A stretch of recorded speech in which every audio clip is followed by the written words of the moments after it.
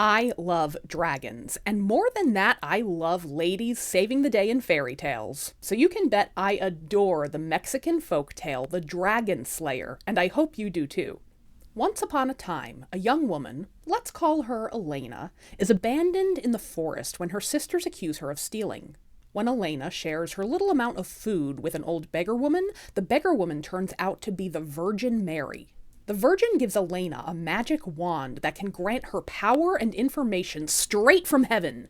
Elena eventually finds employment in a palace kitchen, and there she emphatically senses a weight upon the kingdom. The wand informs Elena that the king is in mourning because he has to send his son to defeat a seven-headed dragon, a feat that no one else has survived. So Elena uses the wand to beef up her dragon-slaying skills, and she takes down the creature herself and cuts out its 7 tongues from its head to bring back as proof. However, another servant of the castle, a dude, has followed her and plans to steal the glory. He beats Elena back to the palace with the dragon's 7 heads in hand. But Elena proves herself to be the one true slayer with those tongues, and she asks for the prince's hand in marriage as a reward. Now, the king is a little worried about marrying his son off to a farmhand, but he ain't going to be worried for long. Elena uses the wand to summon herself a glorious golden gown for the wedding, and she looks incredible. Not only does the prince instantly fall for her, but his father, the king, does as well.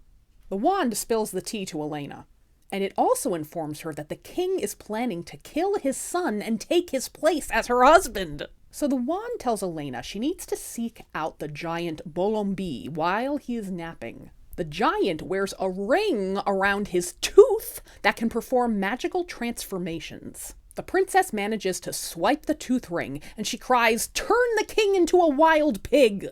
The king is transformed moments before he slays his own son. Instead, he, as the boar, is slain by the prince, and the prince and his men enjoy a pork dinner. The prince returns to the palace where he lives happily with his dragon-slaying, giant-tricking princess, with no apparent concern about why his dad has suddenly disappeared. The end. Today is Appreciate a Dragon Day, but I gotta say, I really appreciate that Dragon Slayer.